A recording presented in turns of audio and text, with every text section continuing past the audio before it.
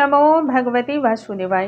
नमस्कार दोस्तों आज के इस वीडियो में हम बात करेंगे शरद पूर्णिमा की, जो कि इस साल यानी कि 2023 में 28 अक्टूबर को है और 28 अक्टूबर को ही लगने वाला है चंद्र ग्रहण। तो चंद्र ग्रहण की वजह से ना इस वर्ष जो भी भक्त शरद पूर्णिमा के दिन खीर बना करके चंद्रमा की रोशनी में रखते थे, ताकि चंद्रमा से मिलने वाली शीतल छाया, चंद्रमा से मिलने वाली औषधीय गुण हमारे शरीर को भी प्राप्त हो सके, वह सभी चीजें इस वर्ष नहीं की जा सकेंगी। अब ऐसे में क्या इस वर्ष माँ लक्ष्मी की प्राप्ति के लिए हम कोई उपाय ना करें?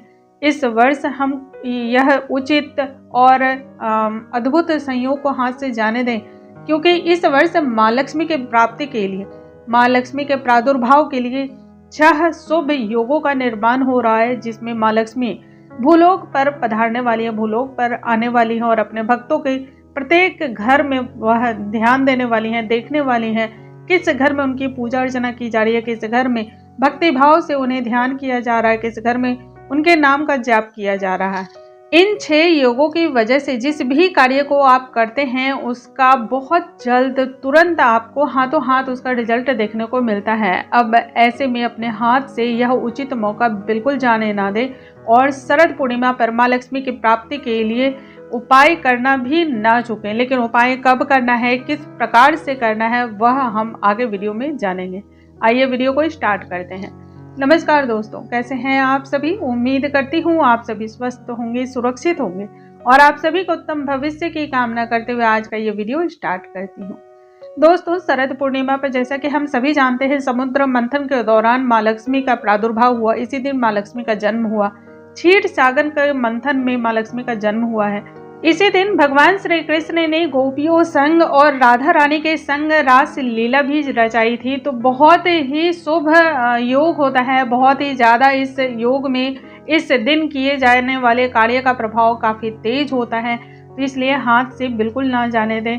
ग्रहण लगने की वजह से ही सब कुछ समाप्त नहीं हो जाता है। देखिए, ग्रहण का जो समय है वह रात्रि कुछ जगहों पर 11 बजे से लिखा हुआ है, कुछ जगहों पर रात्रि 11:30, 12 बजे, 1 बजे से भी लिखा हुआ है। तो हम 11 बजे से ही यदि मानते हैं तो ग्रहण का जो सूतक काल का समय होता है वह 9 घंटे पहले शुरू हो जाता है। और इस तरीके से यदि देखते हैं तो 28 अक्टूबर को दोपहर को 3 बजे से ही जितने भी धार्मिक कार्य वह सभी बंद हो जाएंगे। ऐसे में माँ लक्ष्मी की प्राप्ति के लिए जो उपाय करने हैं वह कब करने हैं, किस प्रकार करने हैं, वह भी जानेंगे। शरद पूर्णिमा के दिन माँ लक्ष्मी और भगवान विष्णु की एक साथ पूजा अर्चना करनी चाहिए। इस दिन प्रातःकाल स्नान आदि से निवृत्त हो जाएं।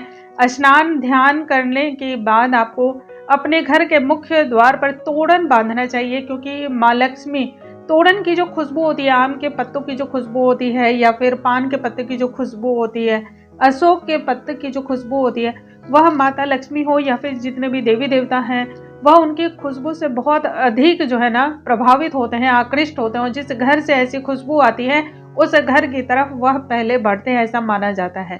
इसलिए इस दिन प्रातःकाल आपको अपने घर में तोरण जरूर बांधना चाहिए। तोरण बांधने के बाद घर के मुख्य द्वार पर आपको स्वास्तिक बनाना चाहिए, जिससे जितनी भी नकारात्मक ऊर्जाएं हैं वह सभी दूर हो जाए, घर में सकारात्मक ऊर्जाओं का वास हो। इसलिए घर के मुख्य द्वार पर आपको जो है ना स्वास्तिक का निर्माण करना चाहिए। हल्दी, कुमकुम, अष्टगंध, जिस भी चीज से आप चाहें, लेकिन स्वास्तिक का निर्माण कर लें।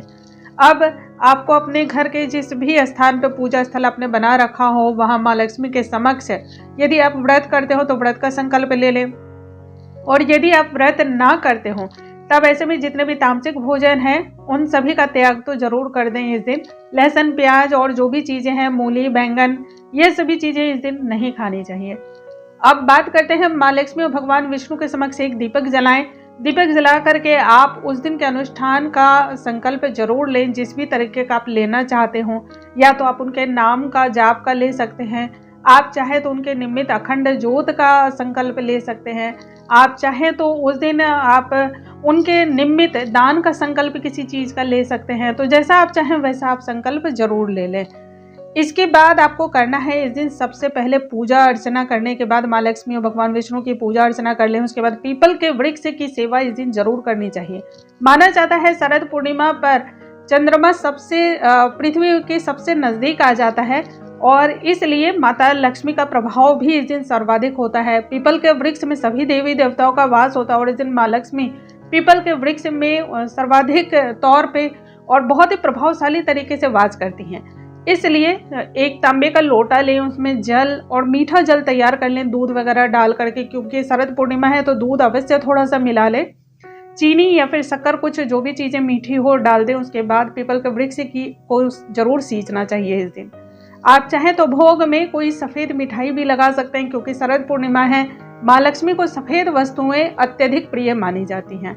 इस दिन पीपल के वृक्ष की जड़ के पास, पीपल के वृक्ष के नीचे किसी भी तरह के बतासे वगैरह जरूर रखने चाहिए, जिससे चींटियां वगैरह उनका सेवन करें।